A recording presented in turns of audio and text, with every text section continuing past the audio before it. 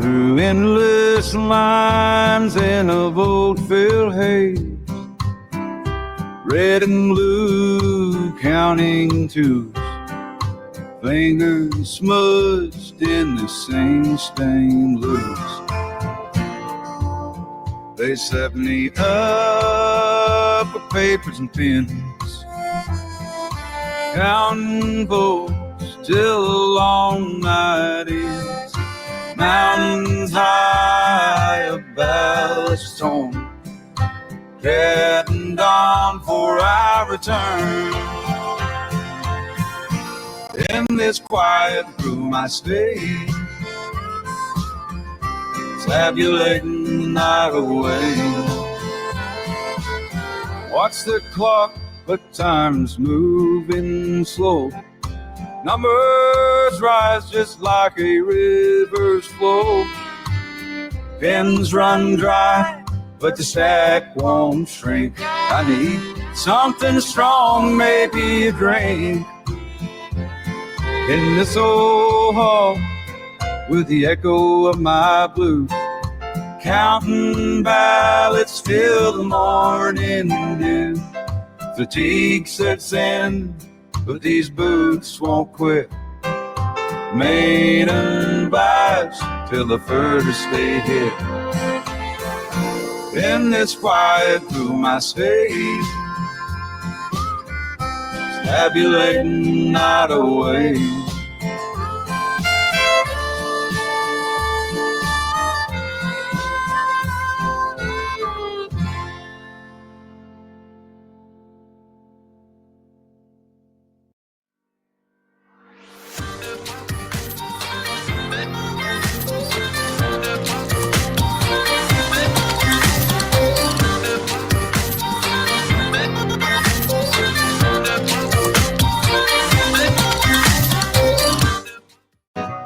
Data's out, Shane rides on whispers, filing papers, fears inside simmer, ghosts of names now lost in the lines, tangled in nets of our own design, regret carved deep in the echoes tonight. Reach of trust under the pale moonlight, where once was trust, shadows now stand. In the office glow, they write with trembling hands.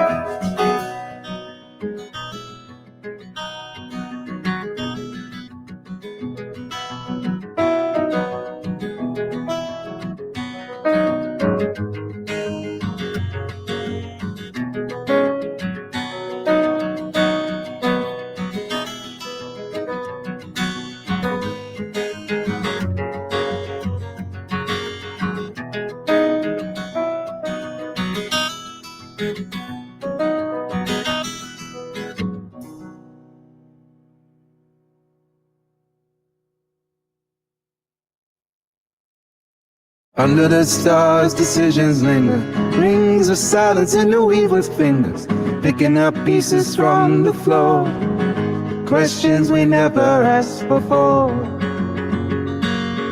Regrets a shadow in the government's sight, the paper trails stretched across daylight, a breach of truth in every heart strand, in that weary glow honesty demands.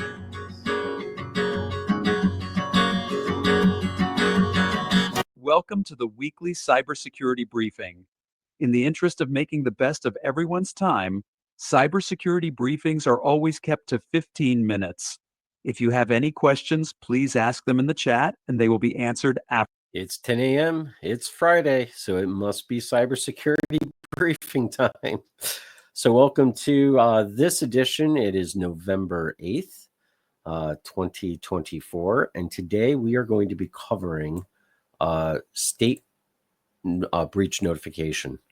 I was just looking through some of the breaches that happened last week because I have not made it through everything that happened last week. There was so much that that was actually put out there last week. But we had a local insurance company had to give notification to both New Hampshire and Massachusetts. I don't know if they've notified in Connecticut. I couldn't find it anywhere that it had been. But it just brought to mind that I don't think we've had that conversation on our cybersecurity briefing yet. So I want to run through what that looks like a little bit and kind of cover what Connecticut deems as private information or PII or private private identity. Yeah, we're not talking. It's Friday morning. We're just going to say it's private information and move on. Wow. All right. So, state of Connecticut, these are the things that they deem as personal information. They are social security number, driver's license number or state identification card number, credit card number, debit card number, financial account number, in combination with any required security code, access code, or password that would permit access to such account. Taxpayer identification number, identity protection personal identification number issued by the IRS. Had to look up what that was myself, did not realize. Passport number, military identification number, or other identification number issued by the government that is commonly used to verify identity. Then we have medical information regarding individual medical history, mental or physical condition, or medical treatment or diagnosis by a healthcare professional. Also covered under HIPAA. Health insurance policy number or subscriber identification number or any unique identifier used by health insurance to identify the individual. See a recurring theme? Also, we have biometric information consisting of data generated by electronic measurements of an individual's unique physical characteristics used to authenticate or ascertain the individual's identity, such as a fingerprint, voice print, retina, or iris image, or precise geolocation data, or state of Connecticut also needs to be notified if username or email address in combination with a password or security question and answer that would permit access to an online account. Names not required in that case. And PI does not include publicly available information that is lawfully made available to the general public from federal, state, or local government records or widely distributed media. So if you store any of that stuff and you have what is considered a breach in your system, whether you know that it's been disseminated or you don't know, you can't prove that it hasn't been disseminated, you need to notify the state of Connecticut as well as the people that are impacted by the breach. And there are some additional things in the statute here that cover if you don't have the full information or if you can't contact. And the one also that people always go to all the time is the credit monitoring service. So you need to also provide credit monitoring service to anyone impacted for 24 months if a social security number was something that you had stored or couldn't prove that it wasn't taken or that was just simply taken. So seems pretty straightforward, right? So and obviously we've got a lot of things in here. First of all, let's have the conversation around the credit card numbers. As you know, you shouldn't have your credit card numbers on file written down or anything internally. That's a whole separate conversation around PCI compliance. PCI has everything to do with the credit card industry, and there are a lot of rules around that. And if you violate those rules, you could lose your ability to transact credit cards. And that is pretty much, I think, a death sentence for most businesses. So you do not want to get that one wrong. And the fines also are ridiculous. So, separate security briefing we'll have on that one. But I'm going to come back to, aside from the credit card numbers, if you've done any business with some business clients, you usually have to file some tax information that requires either your TIN, your tax identification number, or your EIN, your employee identification number. I don't know about you, but most of our vendors have moved to putting that into a third party. We submit that tax information a lot of times. Strangely enough, with the smaller companies, it seems to be more prevalent because I think they use third party services to serve their accounts receivable. But some of the larger companies, I know we've submitted some paper to. But most of them are done in a secure portal now. They don't want it via email. They don't want you to fill out your form and send it to them in that way. Just because they are starting to think security first, right? Security first is a mindset. We talk about this often. And, the simple fact of the matter, I don't think we're ever going to get away from a security episode where I'm saying that things have not changed, because things have changed. And what we need to have a conversation as a business owner is, if you have any of these things, are they critical to your business? Do you need it to run your business? Do you need it for compliance purposes? Because those are really the only legitimate reasons why one would keep these things. If you're doing it as a matter of convenience, you'll probably need to rethink the ink on that one, just because the risk is so high. And with a lot of this, as everything, if you need to have it, that's okay. It's okay if you have a legit business reason to have these things. You just have to make sure that you are doing your due diligence in the stewardship of your client's data. And even if you are using third party, you've heard me say this 1,000 times, you are still responsible for that data, even if it's in someone else's cloud, Amazon's cloud, Azure's cloud, Microsoft Azure cloud, wherever. It doesn't make a difference where it lies. It still came through you. And even if customers send you data that you never wanted, i.e. an email, because let's face it, people are just creatures of convenience, right? They don't want to log into a portal. They're just, something was asked of them, they're going to send it to you in an email because that's easy. It's what they know. Even if they did that, that information being in your email is now your responsibility to a very large extent, to either get rid of it or have good stewardship over it. And this comes back to this insurance company having to do notification to multiple states. And it's because it looks like it came from a business email compromise. And again, I know I sound like a broken record at times, but it's the same base things that come and get us every single time. BEC, business email compromise, is when people get into the email system, right? In some way, shape, or fashion. They get in. Usually they're watching, they're looking, they're gathering data. This type of data, think about some types of businesses that are transacting, certain types of things, like an insurance company. This information is something that's probably going to be transacted in a lot of emails.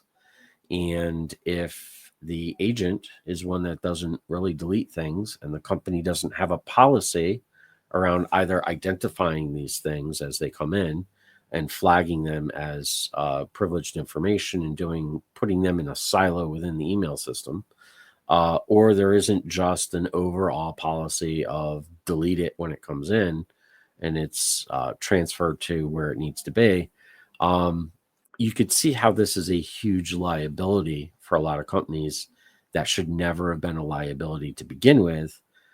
but it really wasn't a consideration before because things have changed and we're looking at this and we're so concerned about it all the time. You probably don't even know that it's a worry a lot of times. And honestly, so many times that we do cybersecurity risk assessments and we assess private data that's in email, people are just, alarmed by the pure volume because there's always dollar risk associated with all of these items, with you storing these items. And then the other thing is, all right, so if we have a business case for doing it, kind of like I alluded to, if people need to send you this information in emails, you need to have a process to protect that data and not just let it hang out there. Because, let's face it, even if you do security right, it's not perfect because we have humans involved, especially with email. So we could have two-factor authentication involved. We could have someone access something from a home computer that's been compromised. They just need to grab a little. We've talked about this. Even if you have 2FA in place, they just need to grab a little cookie basically on the browser, and they could technically emulate your authentication without using authentication, right? It's a little glitch in the matrix, but that's why we put other things in place to make sure that that's not happening. That's why we call them managed machines as opposed to unmanaged machines, right? So why put the risk out there? Contain the risk, put it back into systems where we can manage. And my favorite term is always silo, right? We want to silo things that don't need to be together so that we can mitigate the risk. And it comes back to the submarine/ship. If you've ever been on a submarine or a ship, you have to go through these bulkheads, right? There's big doors, big gaskets on them. You close them up. Why are they there? They're there so if a part of the ship starts leaking, that part can be sealed off so the whole ship doesn't go down. And many small businesses, we just have a big shell of a ship. We don't have bulkheads in place. We don't have our data protected. We don't have our systems and processes in these neat little parts. And if something happens, now that's where the cost comes in, because now you need an analyst to come in and figure all of this out. If you hadn't done it prior, and you don't have procedures that you can show in evidence that have been governing the way you deal with data, if you don't have any of this, then you have to pay someone to come in and do all of this, very expensive. And then add the insult to the injury. Not only do you have to assess what that was, you have to assess how much of what happened you can actually determine with a certain degree of faith. And then you have to make all these notifications, and we haven't even talked about the hit on your reputation, any of that. So we've kind of gone down the rabbit hole a little bit here on notification, but understand that it is law. And if this happens and it's found that it came from your data and you were even a stitch aware of this, even if you weren't aware of it, you still have a certain degree of liability. But if you were aware of it, you're going to be in trouble. And it's not just the state that's going to come after you, especially if it's financial information. You've heard me mention FTC safeguards a number of times. That's going to be a very big problem as well. All right, so I think we covered this. We're just at about 14 minutes. And as you know, we always keep these to 15 minutes or less in the presentation. So with that, I'm going to close the presentation part of this. If anyone has any Q&A, please stick them into the comment section of wherever you're watching this from. I know we recently opened up the format, so now we're on a bunch of social media live, a little bit different. We're still trying to figure out a few things in there. So if you don't get answered right away, it's okay. We're going to be looking for you. Just go back and we'll respond. You're also going to see 2 links in there for our kind of our notification to get on the quote unquote mailing list. And no, we don't sell our mailing list. It's not the way this operates. We just want to make sure you're informed and you've got complete consent and control over what you get. So I want to reassure you, if you sign up for any of those things, that's our policy. And also the risk assessment course we're starting to see some really good traction with companies on that. So let's see if we've got any questions coming in yet. I don't see anything yet.